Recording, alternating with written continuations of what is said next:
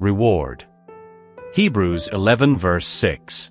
But without faith it is impossible to please God, because anyone who comes to him must believe that he exists and that he rewards those who earnestly seek him. Hebrews 11 verse 6. We find that believers who have truly demonstrated true faith never receive rewards on earth.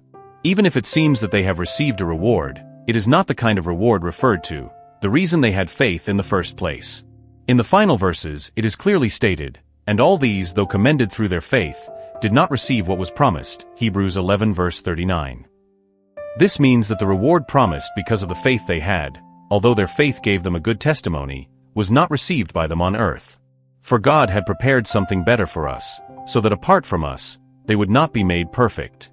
So what God promised them can be realized or come true, the reward intended for the faith they have, if we complete it. Of course, it must be preceded by God's work of salvation in Jesus Christ, who atoned for all human sins by dying on the cross in obedience to the Father in heaven, and then followed by his resurrection.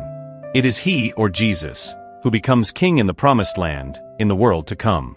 And we, God's children, who also have the firstborn gift of the Spirit, as Romans 8 says, will reign together with Jesus. If in Hebrews 11 verse 40 the words perfect, complement are used, apart from us, they would not be made perfect. This is an extraordinary statement. We are the ones who complete them, Greek, teleo tau epsilon lambda omega. How incredible is our role in fulfilling what God has promised them. That is why, in Hebrews 12 verse 1 it says that there is a race that is mandatory. We are the ones who are in this race. Furthermore, Hebrews 12 verse 2 explains that this race is about having perfect faith like Jesus, having obedience like the obedience of the Lord Jesus. So we cannot possibly live normally. There is a race that must be run. Therefore, everything we do, whatever it may be, is for the sake of this race, which is perfect faith. That is why Hebrews 12 verse 2 says, "Fixing our eyes on Jesus, the pioneer and perfecter of faith." However, the reality today is that we rarely find people who are truly in this race. This helps us better understand why Jesus said that we must let go of everything, store up treasures in heaven, and set our hearts there. However, in general, humans, including many Christians, and even a significant number of clergy or pastors, live under the influence of the power of darkness, lacking focus on the kingdom of heaven. They are unable to realize and live that this world is not their home. Yet, many verses in the Bible emphasize that this world is indeed not our home.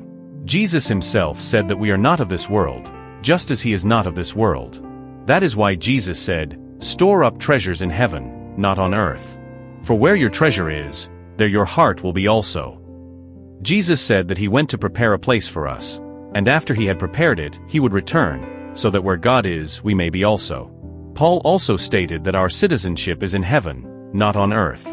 That is why Paul also said that we must set our minds on things above, not on earthly things, Colonel. 3:1-4.